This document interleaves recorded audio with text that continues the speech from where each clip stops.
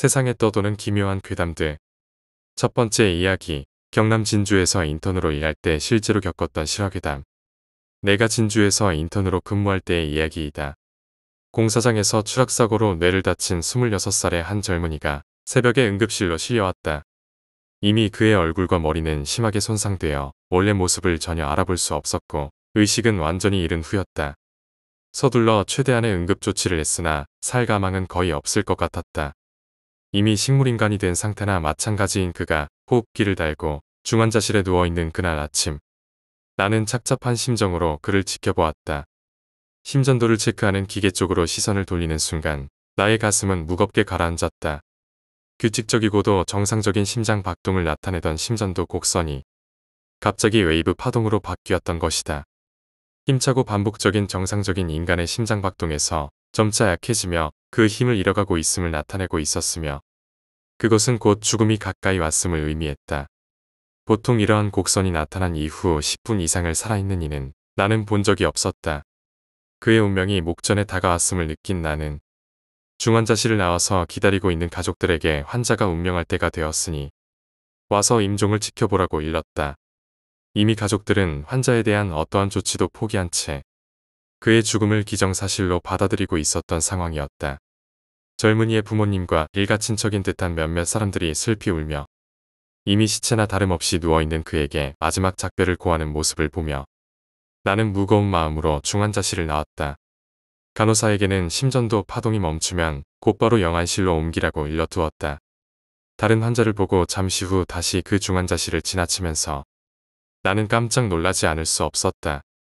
1시간이 지난 아직도 그의 심장 박동이 느린 웨이브 파동을 그리면서 살아있는 것이었다. 이런 경우를 나는 그 이전에도 그 이후에도 본 적이 없다. 정말 신기하게 생각되면서도 쉽게 믿을 수가 없었다. 그날 오후 쏟아지는 응급 환자들을 돌보느라 더 이상은 그에 대해 생각할 겨를이 없었다. 응급실은 거의 매일이 전쟁의 야전병원 같은 분위기였다. 피곤한 몸을 이끌고 잠을 자는 둥 많은 둥 그날 밤을 보냈다. 다음날 아침 나는 왠지 갑자기 생각이 들어 다시 그 중환자실을 가보았다. 물론 지금쯤은 아무도 없는 빈 침대이거나 다른 환자가 누워있으리란 당연한 생각으로였지만 왠지 그의 생각이 머릿속에서 떠나지 않음은 스스로 부정할 수 없었다. 방에 들어선 순간 나는 다시 한번 나의 눈을 의심하지 않을 수 없었다. 아직도 그가 있었다. 더없이 나약하지만 끊이지 않는 곡선을 그리며 그의 영혼은 아직 거의 몸을 떠나지 않고 있었던 것이다. 그것을 본 나는 무언가를 느꼈다. 왠지 이 세상에서 그가 쉽게 떠나질 못할 그 어떤 이유라도 있는 것일까. 이것은 과학적, 의학적, 상식으로 납득이 가지 않는 경우였다. 나는 의학적 지식으로 설명할 수 없는 그 이상의 어떤 존재를 그 순간 무의식 중에 감지했던 것이다. 하루가 다시 그렇게 지나고 그 심전도가 웨이브 파동을 그린 지 이틀이 지났다. 다음날 아침 나는 다시 중환자실에 가보았다.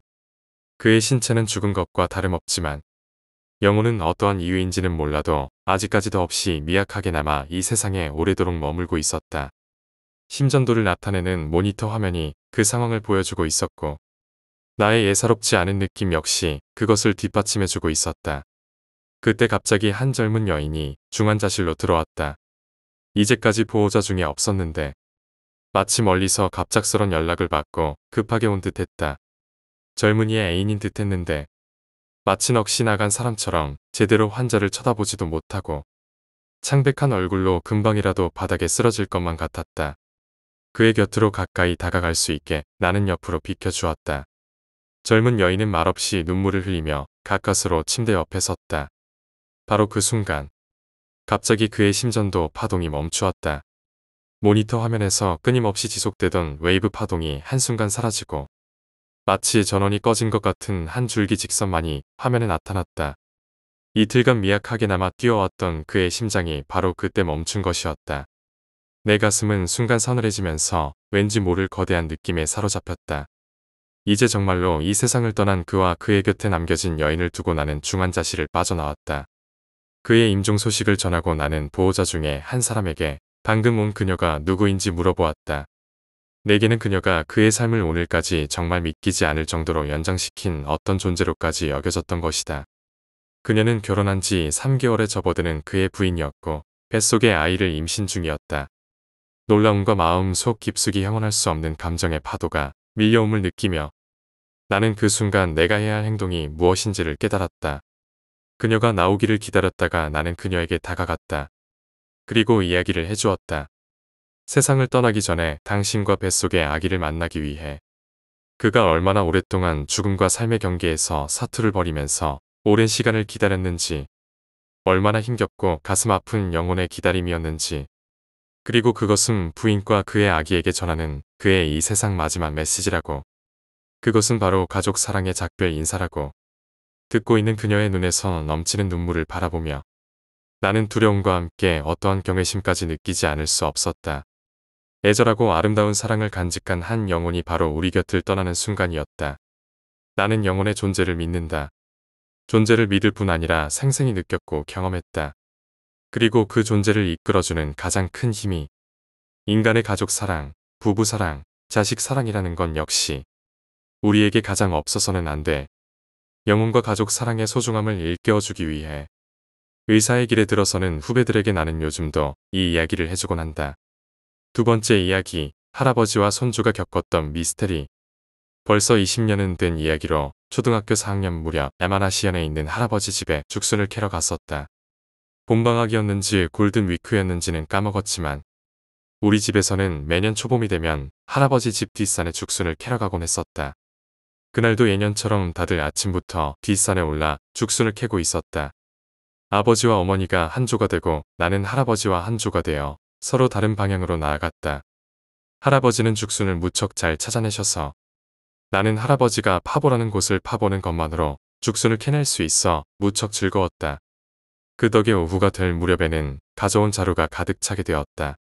부모님 쪽도 풍년이었다. 그래서 슬슬 이제 정리하고 돌아가자는 이야기가 나왔지만 아직 죽순을 더 캐고 싶었던 나는 할아버지에게 떼를 써서 조금 더 뒷산에서 죽순을 캐기로 했다. 그리하여 캤던 죽순은 아버지에게 넘겨주고 할아버지와 둘이서 잠시 죽순을 캐고 있을 무렵이었다. 어디서인지 모르겠는데 갑자기 이상한 냄새가 나기 시작했다. 감귤 같은 것의 냄새인지 오렌지 같은 냄새가 풍겨왔다. 어느새 그것은 냄새가 나는 수준을 넘어서 버렸다. 마치 밀실에서 향수병을 확 풀어놓은 것처럼 주변 전체가 갑자기 오렌지 향으로 가득 찬 것이다. 숨을 쉬면 오렌지가 입에 들어와 있는 것처럼 느껴질 정도였다. 주변을 돌아봤지만 그럴 만한 꽃이나 과일 같은 건 없었다. 대나무 숲 속이니 당연한 것이지만 할아버지도 나도 곧바로 뭔가 이상하다는 것을 느끼고 서둘러 돌아가기로 했다. 좁은 산길을 둘이서 죽순을 껴안은 채 달려갔지만 아무리 걸어도 냄새는 사라지지 않는다. 나는 점점 무서워져서 울면서 할아버지의 옷자락을 부여잡고 계속 걸었다. 시간으로는 20분 정도 걸렸을까. 간신히 도로가 보이는 곳까지 내려오자 겨우 마음이 놓였다. 어느새 정신을 차려보니 오렌지 냄새는 사라진 후였다. 하지만 정작 큰일은 돌아온 후였다. 어찌된 영문인지 나와 할아버지가 돌아왔을 때는 이튿날 점심 무렵이었던 것이다. 부모님과 헤어지고 꼬박 하루가 지났던 셈이었다. 나와 할아버지로서는 아버지에게 죽순을 건네주고 헤어진 지 2시간도 지나지 않았다고 느꼈었다.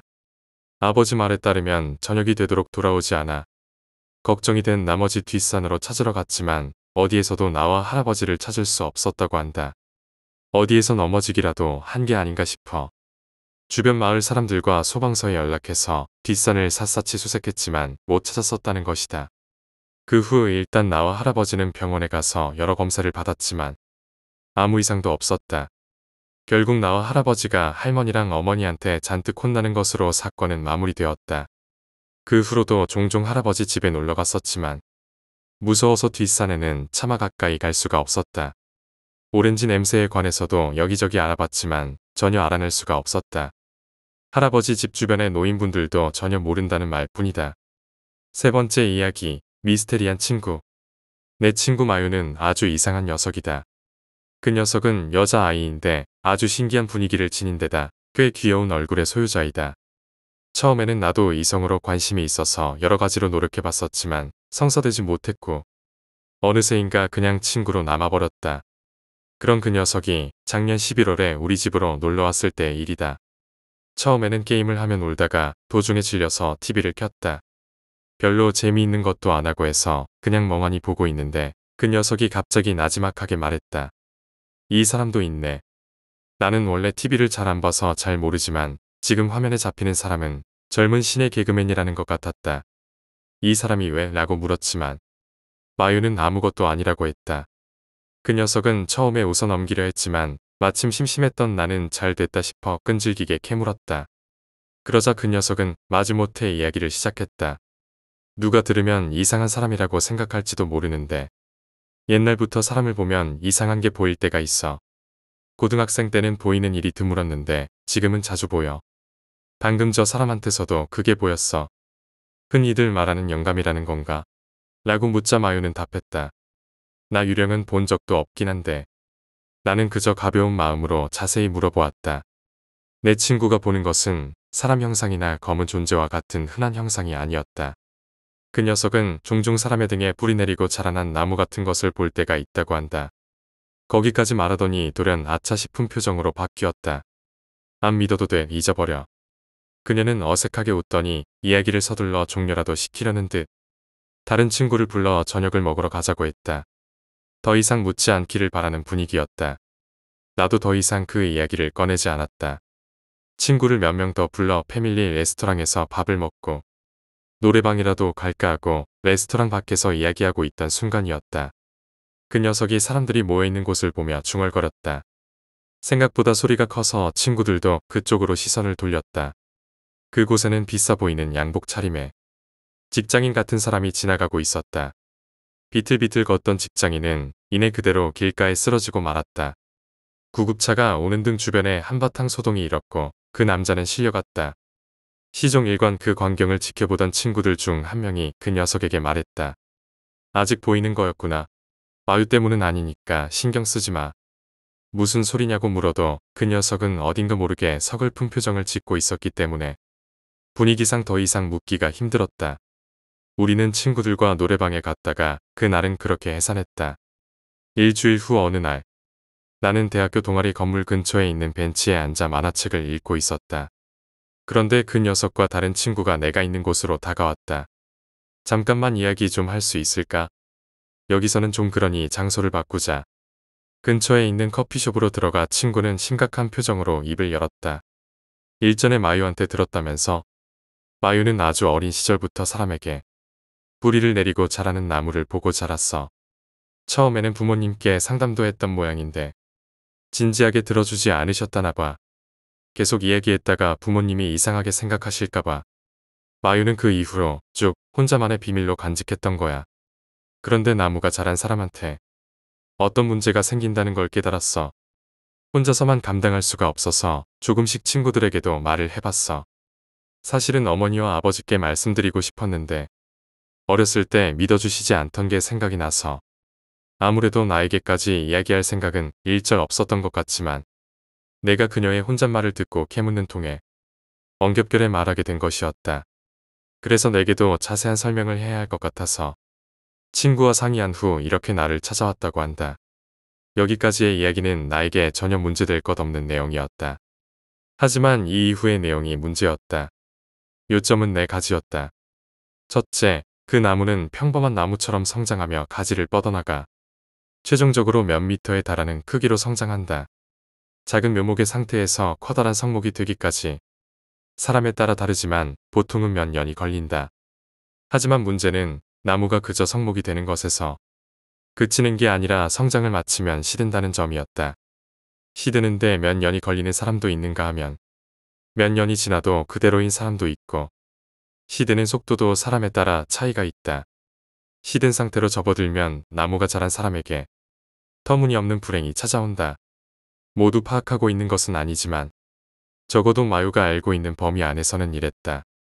중병을 앓는 케이스, 커다란 부상을 입고 후유증에 시달리는 케이스, 사상사고를 일으켜 어마어마한 배상금을 물어주는 케이스, 알 수 없는 이유로 일가족이 뿔뿔이 흩어지는 케이스, 최악의 경우 사고사 하거나 병사 혹은 자살까지 하는 케이스. 어느 하나 좋지 못한 결과로 이어졌다. 둘째, 마유가 이제까지 봤던 나무가 자라는 사람은 전부 생판남이었다. 하지만 아르바이트 하던 곳에서 친하게 지내던 단골 손님에게서 나무가 자라기 시작했다. 그녀는 자라난 나무를 볼 수는 있지만 만질 수는 없다. 나무는 한번 자라나면 더는 손쓸 방도가 없기 때문에 친했던 단골 손님을 도와줄 수가 없었다고 한다. 말해봤자 믿어줄 리가 없다고 말하는 마유는 울음이 터질 것 같은 얼굴이었다. 셋째, 이 부분이 나에게는 문제가 되는 부분이다. 어째서인지는 알 수 없지만 이 이야기를 들은 사람 중 몇 명은 나무를 보는 능력이 생긴다는 것이다. 참고로 다른 친구는 이 이야기를 들어도 나무가 보이는 능력은 생기지 않았지만 그 밖의 친구들은 나무가 보이게 되어 마유와 멀어졌다고 한다. 그런 거면 나한테 왜 말하는 거야? 라고 말했지만 내가 끈질기게 캐물었잖아. 자업자득이야. 라고 마유가 답했다. 나는 내심 초조한 마음을 숨기려고 웃으면서 농담처럼 말했지만 다른 친구는 단호하게 잘랐다. 어딘가 억울한 생각이 들었다. 오늘 이렇게 나를 찾아온 이유도 대략적인 내용을 알아버렸으니 나무 이야기를 들은 것이나 진배 없다고 생각해서 만에 하나의 상황에 대비해 마음의 준비를 할 수 있도록 설명하러 온 것이라고 했다. 원래대로라면 이런 이야기 믿을 리가 없지만 실제로 패밀리 레스토랑에서 목격한 게 있기 때문에 믿지 않을 수도 없었다. 넷째, 이 부분도 상당히 심각한 문제다. 마유의 말에 따르면 이번 달부터 TV를 보면 연예인이나 아나운서 중 나무가 자란 사람이 늘었다고 했다. 발아하기 시작한 시기가 거의 같아서 예감이 좋지 않다고 한다. 그리고 또 한 가지 신경 쓰이는 것은 TV 화면을 통해서 봐서 그러는지는 모르겠지만 나무의 색깔이 새까맣다는 점이라고 한다. 이제까지 봤던 나무와는 전혀 다르다고 한다. 그녀들의 이야기를 듣던 내가 한 가지 의문이 생겨 마유에게 물었다. 이야기를 듣고 나면 보인다고 했지? 그럼 그 단골 손님한테도 말해보면 어떨까? 보이면 믿을 거 아냐? 그러자 마유는 대답했다. 듣는다고 다들 보게 되는 건 아냐. 그리고 이제 곧 당신은 불행해집니다라고 말할 수는 없잖아. 확실히 그렇기는 하다. 만일 나에게서 나무가 자랐다며 이런 이야기를 들어봤자 어떻게 해야 좋을지 모를 것 같다. 일단 거짓말이라 생각할 테고 보이게 된다고 해도 내 수명이 카운트다운 되는 느낌이 들어서 냉정해질 수 없을 것 같다. 나는 가벼운 기분으로 꼬치꼬치 캐물었던 것을 반성하고 그녀에게 사과했다. 참고로 신주쿠역이나 도쿄역같이 붐비는 곳에서도 나무가 자란 사람은 두세 명밖에 없다고 한다. 그러나 아나운서나 연예인의 경우 TV 프로그램당 적어도 한 사람씩은 있다고 한다. 예외적인 숫자가 아닐 수 없다. 최근에 무언가 커다란 변화가 일어난 것에는 틀림없지만 우리는 그것이 무엇을 의미하는지 알 수가 없다. 애시당초 어떻게 그녀가 나무를 볼 수 있는지, 어째서 이 이야기를 들으면 나무를 보는 능력이 생기는지조차 우리는 알 수가 없다. 나는 그런 것을 몇 년 동안 봐온 그녀가 불쌍하게 느껴졌다. 그럼에도 불구하고 밝은 성격을 잃지 않은 그녀가 정말 대단하다고 생각했다. 마유와는 요즘도 자주 만난다. 나무 이야기를 듣고 나무를 보는 능력이 생기는 것은 보통 1년 아니라고 한다. 올해 11월까지 나무가 보이지 않으면 나는 안심할 수 있겠지. 그리고 그녀의 입으로 직접 듣지 않으면 나무를 보는 능력은 생기지 않는다고 하니 내가 이렇게 말하는 것은 아무런 해도 없을 것이다. 이 영상을 보는 사람들은 안심하기 바란다. 한 번은 그녀가 누군가를 가리킨 적이 있다. 그 직후 그 사람은 차에 치여 공중에 포물선을 그렸다. 다리가 관절과는 정반대로 꺾인 채 도로 위로 떨어졌다. 나는 그 광경을 보고 상당한 충격을 받았다. 만일 나무를 보는 능력이 생겼을 때를 대비해 마음을 더 단단히 먹어야겠다고 생각했다. 나무가 시들면 위험하다는 건 알겠어. 그런데 어떻게 그 순간까지 아는 거야? 라고 묻자 그 순간이 다가오면 나무가 부러지거든. 이라고 마유는 답했다. 이것으로 나의 이야기는 끝이다. TV 너머로 보이는 나무가 자라는 사람은 요즘은 늘어나지 않는다고 한다. 내가 더 이상 TV를 보지 않는 게 좋지 않을까? 라고 했더니 마유는 그럴까? 라고 말했지만 그 후로 그녀가 TV를 보는지 아닌지는 잘 모른다. 네 번째 이야기, 여자아이 괴담. 제가 중학생 때의 일입니다. 저는 다음 날이 시험이었기 때문에 벼락치기를 하느라 열심히 공부를 하고 있었습니다. 지금도 그때 공부하던 과목이 확실하게 기억나네요. 열심히 공부하다 보니 어느새 시간은 새벽 3시 40분이었습니다. 당시 제 방은 책상에서 열려있는 방문 너머의 모습을 바라볼 수 있었습니다. 그때는 여름이었고 더웠기 때문에 베란다 문과 방문을 살짝 열어둔 상태였지요. 아무래도 4시가 다 되어가는 시간이었기 때문에 이제 슬슬 잘까라고 생각하며 기지개를 피다가 왠지 모르게 살짝 열려있는 방문으로 시선이 가게 되었습니다. 방문 틈 사이로 웬 여자아이가 미소를 띄운 채 저를 보고 있었습니다. 머리는 어깨에 닿을 정도의 길이였고 옷은 잠옷 같은 수수하고 나풀거리는 옷이었습니다. 어딘가에 앉아있는 것인지 얼굴의 위치는 조금 낮은 곳에 있었습니다. 정말 무서웠지만 그 당시 제가 이상한 것들을 자주 보곤 했기에 헛것이 틀림없어 라고 생각하며 잠시 고개를 돌렸다가 다시 방문 틈을 보았습니다. 그런데 아무것도 없었습니다. 꺼림칙한 기분에 직접 문을 열어보았지만 역시 밖에는 아무것도 없었습니다. 약간 졸리기라도 했다면 그냥 헛것으로 치부했겠지만 말짱한 정신으로 방금 전까지 공부를 하고 있었기 때문에 온몸의 공포로 소름이 돋았습니다. 하지만 별거 아니라고 마음을 강하게 먹고 화장실에 갔다가 자기로 하고 방 밖으로 나왔습니다. 화장실로 가는 동안 신발장에 걸려있는 거울이 보였습니다. 거울은 저와 제 뒤에 복도를 비추고 있었습니다. 그리고 거울에 비친 제 방 입구를 바라본 순간 저는 놀라서 발을 멈출 수밖에 없었습니다. 아까 전 방문 틈새로 봤던 그 소녀가 앉아있는 채로 고개를 돌려 이제는 화장실로 가고 있는 제 등을 빤히 바라보고 있었습니다. 너무 무서워서 한동안 굳어 있었지만 내가 눈치챘다는 것을 들키면 안 된다라는 생각이 강하게 들어서 굳은 몸을 겨우겨우 돌려 화장실로 들어갔습니다. 잠시 화장실에서 숨을 돌리고 마음을 가라앉힌 후 나가보니 역시 그 소녀는 사라지고 아무것도 없었습니다. 이제 더 이상 이상한 것들을 보거나 하지는 않습니다만 지금도 기억 속에 강하게 자리 잡고 있는 일입니다. 귀신은 거울에 비치지 않는다는 말도 있는데 과연 그 아이의 정체는 무엇이었을까요? 5번째 이야기, 20년 전 음악실의 여자아이. 2002년 월드컵 기간에 오랜 강사 생활을 접고 드디어 제 학원을 차리게 되었습니다. 유동인구 때문에 역 인근 큰 도로변의 장소를 물색하던 중 제가 찾던 평수보다는 조금 작지만 보증금과 월세가 적당한 곳을 우연히 찾아 계약을 하게 되었죠. 한 가지 걸리는 점이 워낙 오래된 건물이라 일단 외관이 낡았고 내부도 공용 공간인 복도 같은 곳, 형광등이 그리 밝지 않아 약간 어두운 느낌이 나더군요. 샤시도 40여 년 된 구리하고 칙칙한 샤시라 다 뜯어내고 통유리로 깨끗하게 교체하였습니다. 인테리어를 당시대로 말끔히 하고 학원 내부도 밝게 꾸미고 처음 하는 사업이니 이것저것 신경을 많이 써서 공사를 하고 물품을 들여 운영을 하게 되었습니다.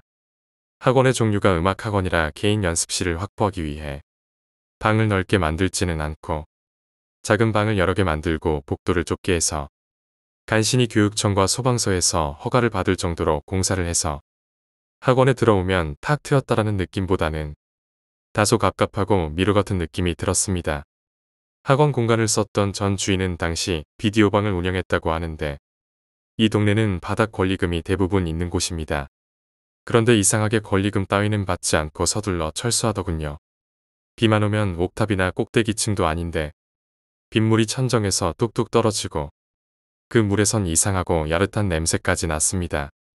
건물주한테 여러 차례 얘기를 해도 자기네 건물의 잘못이 아니니 보상이나 공사를 해줄 수 없다고 하고 그렇게 서로 간의 사이가 점점 안 좋아지게 되더군요. 당시 위층엔 스님도 아니고 무속인도 아닌 정체를 알 수 없는 사람이 사무실을 차려놓고 매일 목탁이나 징 같은 것을 치면서 이상한 연불 같은 것도 중얼거리며 아무튼 전반적으로 을씨년스럽다고 해야 하나 분위기가 별로 좋지 않았습니다. 그렇게 운영을 하던 중 학원생의 몇 명이 밤만 되면 가끔 이상한 소리가 들린다고 하더군요. 무슨 소리냐고 물어보면 알 수 없다고, 잘 모르겠다고, 분명 악기 소리는 아닌 것 같다고 말을 했다. 처음엔 건물 뒤편에 전철이 지나다니는 소린 줄 알고 신경을 안 썼습니다. 그렇게 몇 달을 보내다가 드디어 일이 터졌죠. 기존 샤시를 뜯어내고 통유리로 샤시 공사를 해서 그 위치에 합주실을 만들어 놓았죠. 저녁 시간엔 주로 학원생들의 합주나 기타 다른 밴드들의 합주를 하는 공간으로 사용되었는데 하루는 그 안에서 기타 치던 한 학생이 소리를 지르며 뛰어나왔더군요. 처음엔 무슨 바퀴벌레라도 나왔는 줄 알았는데 그 친구가 사색이 되어 하는 말이 합주를 하면서 전면 유리에 자신이 기타 치는 모습이 비춰져서 나름 자아도 취하면서 연주를 하고 있었나 봅니다. 그런데 유리에 비친 합주실 내부에는 합주하는 사람이 아닌 또 다른 사람이 보였다고 합니다. 잘못 봤나 해서 몇 차례나 계속 확인했었는데 점점 또렷해지더랍니다. 머리가 거의 엉덩이를 넘어 허벅다리까지 내려온 7살 정도로 보이는 여자아이가 기타 치는 바로 옆에서 싱글벙글 웃으며 연주하는 모습을 계속 보고 있었더랍니다. 너무 소름이 끼쳤지만 원장으로서 확인해야 할 의무도 있고 해서 같이 들어가 아까랑 똑같이 세워놓고 확인을 해봤지만 제 눈엔 아무것도 안 보이더군요. 평소에 귀신을 자주 보냐고 물었더니 때때로 본다고 그러더군요. 그래서 그랬는지 당시 같이 합주하는 다른 친구들은 아예 못 봤고 그 친구 눈에만 보였었나 봅니다. 한바탕 해프닝이라 생각하고 또 몇 주간을 잊고 지냈죠. 사실 그 이후에 대낮에 학원의 문을 열 때면 이상하게 소름이 끼칠 때가 많았습니다. 학원은 입시생들의 연습 때문에 일요일에는 입시생 아이 한 명을 알바로 썼죠. 학생 보고 문을 열라고 해서 연습을 자유롭게 할 수 있도록 개방을 했습니다. 하루는 일요일날 집에서 쉬고 있는데 알바생한테 전화가 왔습니다. 한 입시생 녀석이 드럼패드실에 들어갔는데 웬 여자아이가 의자에 앉아 아무것도 안 하고 그냥 웃고만 있더랍니다. 왠지 학원생은 아닌 것 같고 깨름직해서 그냥 문 닫고 쏜살같이 학원을 나갔다고 하네요. 합주실 건도 있고 해서 월요일 날 그 친구한테 인상차기를 물어봤더니 똑같은 얘기를 하더군요. 당시 합주실 학생과 드럼 입시생 녀석은 둘이 학교도 다르고 서로 모르는 애들이었습니다. 온몸에 소름이 끼치더군요. 이걸 어쩌지? 하고 너무 고민을 많이 했습니다. 굿이라도 해야 하나? 라고 생각하며 별 생각이 다 들었습니다. 지금 생각해도 너무 고마운 게 당시의 학원생들 중 그 사건을 아는 애들은 학원을 그만둘 법도 한데 자기들 눈에는 당장 보이지가 않아서 그런 건지 그만두는 친구들 없이 꾸준히 학원을 나오더군요. 애들도 별 신경 안 쓰고 학원을 나오는데 오너가 돼서 겁먹고 걱정하는 게 우습기도 하고 해서 저도 잊으려고 했습니다. 그렇게 시간이 지나니 또 다시 무감각해지더군요. 마지막으로 제가 보지는 못했지만 소리는 한 번 들은 적이 있습니다. 그 일이 있고 좀 지난 후 원래 학원 오픈 시간이 밤 10시까지인데 한 학생이 거의 10시가 다 되어 왔습니다. 정리를 하고 있었고 다른 학생들은 모두 귀가를 한 상태였습니다. 늦었다고 보내기가 미안해서 학원 문을 닫고 레슨을 해주었습니다. 학생이 과제로 내준 악보를 연주를 하는 중간에 위쪽에서 어린 여자의 선생님 하는 소리가 나더군요. 처음엔 무시했고 두 번째 또렷이 들렸을 땐 학생의 연주를 멈추게 했죠. 혹시 나만 들었나 해서 학생한테 무슨 소리 못 들었냐고 물었더니 누가 선생님 찾는 것 같던데요. 라고 말을 하더군요. 혹시 학원에 누가 있는데 모르고 문을 잠궜나 해서 나가보니 역시 아무도 없이 학원 문은 굳게 잠겨있는 상태였습니다. 다시 학생한테 그 소리가 어디서 들렸었니? 하고 물으니 스틱으로 천장을 가리켰습니다. 학원 천장은 일반 시멘 천장이 아니라 강제 환풍을 하기 위해 시멘 구조물과 공간을 두고 천장 공사를 한 상태였죠. 보통 음악 작업실 같은 곳에 귀신이 나오면 대박난다는 속설이 있습니다. 당시에도 그런 기대가 조금은 생기긴 했습니다만 결국 아무 일 없이 2007년도 가을 즈음에 학원을 접고 지금은 서울로 옮겨 운영 중입니다. 이곳은 다행히 그런 일은 없네요. 사실 그것 때문에 학원을 이전한 건 아니고요. 그 지역의 생활 수준이 그리 좋은 편이 아니다 보니 수강비를 못 내는 애들이 너무 많고 심지어 먹튀하거나 깎아달라고 떼를 쓰는 분들이 많아서 스트레스 받다가 결정을 하게 되었습니다. 지금 생각해도 상당히 미스테리합니다. 참고로 저는 저수지에서 밤을 새워가며 혼자 낚시도 많이 해봤지만 귀신을 보거나 겪어본 적이 없었습니다. 지금도 그때 학생들이 봤던 그 어린 여자의 정체가 궁금하군요.